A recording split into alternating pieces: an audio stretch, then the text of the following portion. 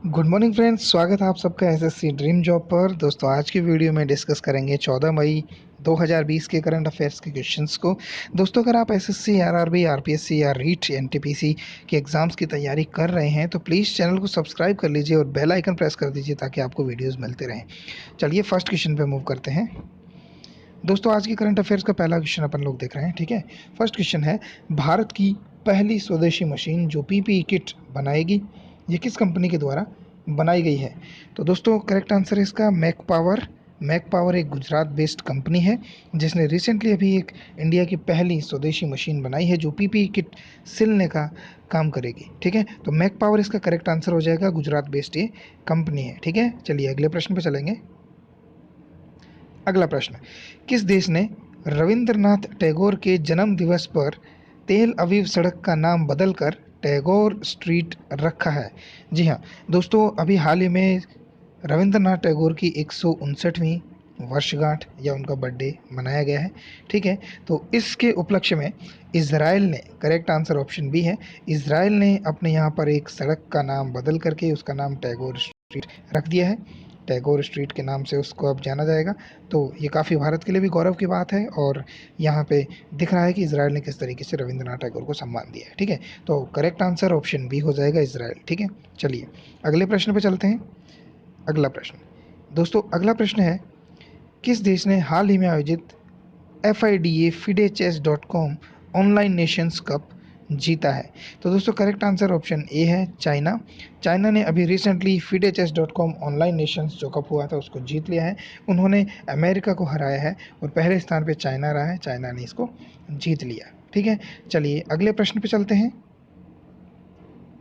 अगला प्रश्न, दोस्तों अगला प्रश्न है, उड़ीसा के केंद्रीय विश्वविद्यालय के छात्रों के लिए कौन सी हेल्पलाइन शुरू करी गई है? ठीक है, तो दोस्तों जो हेल्पलाइन शुरू करी गई है उसका नाम है भरोसा। भरोसा नाम से एक हेल्पलाइन स्टार्ट करी गई है। अभी कोविड-19 के दौर में बहुत सारी नई चीज़ें इस देश में हो रही हैं, तो उसी में से एक ये भरोसा हेल्पलाइन है जो वहाँ पे रहने वाले बच्चों के लिए उनको सपोर्ट देने के लिए जो एक हेल्पलाइन के तौर पे शुरू की गई है, उसे भरोसा नाम से जाना गया है। ठीक है, चलिए अगले प्रश्न पे मूव कर लेंगे।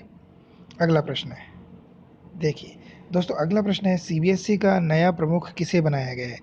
ठीक है, सीबीएसई के नए चेयरमैन कौन चुने गए हैं? ठीक है, यहाँ पे पूछा गया है। तो दोस्तों इसका करेक्ट आंसर है मनोज आहूजा। ठीक है, मनोज आहूजा आईएएस ऑफिसर हैं। काफ़ी दिनों से सीबीएसई में जो चेयरपर्सन की जो पोस्ट है वो वैकेंट पड़ी थी और रिसेंटली इसको फिल कर दिया गया है। मिस्टर मनोज आहूजा को सेलेक्ट कर लिया गया है सीबीएसई के नए चेयरमैन के तौर पर। ठीक है, चलिए अगले प्रश्न पर मूव कर लेंगे। अगला प्रश्न काफ़ी इंपॉर्टेंट है फिगर्स के तौर पे, अगर आप याद रखना चाहें तो। क्वेश्चन में पूछा गया है, हाल ही में भारत सरकार के द्वारा 14 राज्यों को कोविड-19 से लड़ने के लिए या कोविड-19 के टाइम उनको बिल्डअप करने की, उनकी इकोनॉमी को बूस्ट करने के लिए कितनी धनराशि दी गई है? ठीक है, कितनी धनराशि यहाँ पर दी गई है? तो टोटल एक चीज़ यहाँ पे ध्यान रखने वाली है कि राज्यों की संख्या कितनी है, 14 राज्य हैं, उन्हें कितनी धनराशि गई है ये क्वेश्चन। तो ऑप्शन ए इसका राइट आंसर है। जी हाँ, 6,195 करोड़ रुपए की यहाँ पे जो है भारत सरकार के द्वारा इतना पैसा, 6195 करोड़ रुपए यहाँ पे 14 राज्यों में बांटे गए हैं। ये सारा पैसा कोविड-19 के बाद में या कोविड-19 के दौर में इन स्टेट्स का डेवलपमेंट करने के लिए, उनकी हेल्प करने के लिए दिया गया है। ठीक है, तो करेक्ट आंसर यहाँ पे ऑप्शन ए हो गया है। अब नेक्स्ट क्वेश्चन की तरफ चल लेते हैं अपन। चलिए नेक्स्ट क्वेश्चन है, किस देश ने परिवहन क्षेत्र में निवेश के लिए वंस, देखिए यहाँ पे बताया गया है, वंस इन अ जनरेशन की घोषणा की है। ठीक है, वंस इन ए जनरेशन की घोषणा करी है। तो करेक्ट आंसर यहाँ पे इसका ब्रिटेन हो जाएगा। दोस्तों ब्रिटेन ने कोविड-19 के टाइम पे साइकिलिंग और पैदल यात्रा को बढ़ावा देने के लिए वंस इन ए जनरेशन के तौर पे परिवहन के क्षेत्र में एक स्पेशल इन्वेस्टमेंट किया है। ठीक है, तो करेक्ट आंसर ऑप्शन ए हो जाएगा यहाँ पे इसका। ठीक है, चलिए नेक्स्ट क्वेश्चन पे मूव करेंगे। नेक्स्ट क्वेश्चन है, मनमीत सिंह वालिया का संबंध किस खेल से था? ठीक है, तो दोस्तों मनमीत सिंह वालिया जिनका हाल ही में निधन हो गया है, उनका संबंध टेनिस से था। वो एशिया के स्तर पर टेनिस के चैंपियन रह चुके हैं, भारत का प्रतिनिधित्व इन्होंने किया है और भारत के बहुत ही फेमस प्लेयर रहे हैं। अभी रिसेंटली इनका निधन कनाडा में हो गया है। ठीक है, कनाडा के अंदर ये काफ़ी समय से बीमार थे, इनका इलाज चल रहा था, वहाँ पे इनकी मृत्यु हो गई। तो करेक्ट आंसर टेनिस हो जाएगा। टेनिस खेल के एक बहुत अच्छे खिलाड़ी थे। ठीक है, चलिए अगले प्रश्न पे चलते हैं। फ्रेंड्स अगला क्वेश्चन काफ़ी इंपॉर्टेंट है, किसी ना किसी एग्जाम में ज़रूर ये क्वेश्चन आपको देखने को मिल जाएगा। ठीक है, क्वेश्चन है फेड कप हार्ट अवार्ड किस भारतीय खिलाड़ी को मिला है? तो दोस्तों यहाँ पे करेक्ट आंसर है सानिया मिर्ज़ा। दोस्तों फेड कप हार्ट जो अवार्ड है इंटरनेशनल जो टेनिस फेडरेशन है उसके द्वारा दिया जाता है, और ये ऐसे खिलाड़ी को दिया जाता है जो अपने देश का प्रतिनिधित्व करते हुए एक बहुत ही असाधारण अपनी प्रतिभा का प्रदर्शन करे और अपने देश का नाम रोशन करे और खेल के मैदान में या खेल के क्षेत्र में एक अपनी विशिष्ट पहचान जो बनाता है उनको ये अवार्ड दिया जाता है। अभी रिसेंटली सानिया मिर्ज़ा को इसके लिए नॉमिनेट किया गया था, ऑनलाइन वोटिंग करी गई थी जहाँ पे सानिया मिर्ज़ा को 16,985 वोट यहाँ पर मिले थे और ये इतने वोट पाने वाली सर्वश्रेष्ठ महिला थी। तो भारत की तरफ से इन्हीं का नॉमिनेशन हुआ था और सानिया मिर्ज़ा पहली भारतीय हैं जिनको फेड कप हार्ट अवार्ड मिला है। ठीक है, तो करेक्ट आंसर सानिया मिर्ज़ा हो जाएगा। चलिए नेक्स्ट क्वेश्चन पे मूव कर लेते हैं।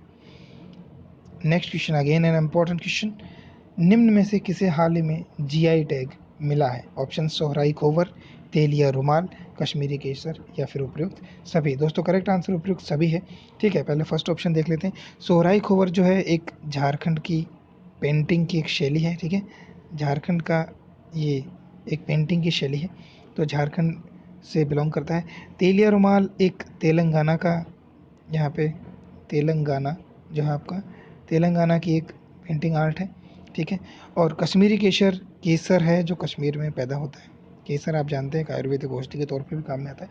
तो इन तीनों चीज़ों को इस साल 2020 में जीआई टैग मिला है, तो उपयुक्त सभी इसका करेक्ट आंसर हो जाएगा। ठीक है, चलिए तो फ्रेंड्स ये था आज का लास्ट क्वेश्चन। अगर आपको इसी तरीके की वीडियोस और देखने हैं और अगर आपको चैनल पे लगता है कि ये क्वेश्चंस आपके लिए इंपॉर्टेंट है तो प्लीज़ वीडियो को लाइक कर दीजिए, दोस्तों के साथ शेयर कीजिए, कमेंट में आपके सजेशंस आप मुझे बता सकते हैं। Wish you all the very best, bye bye.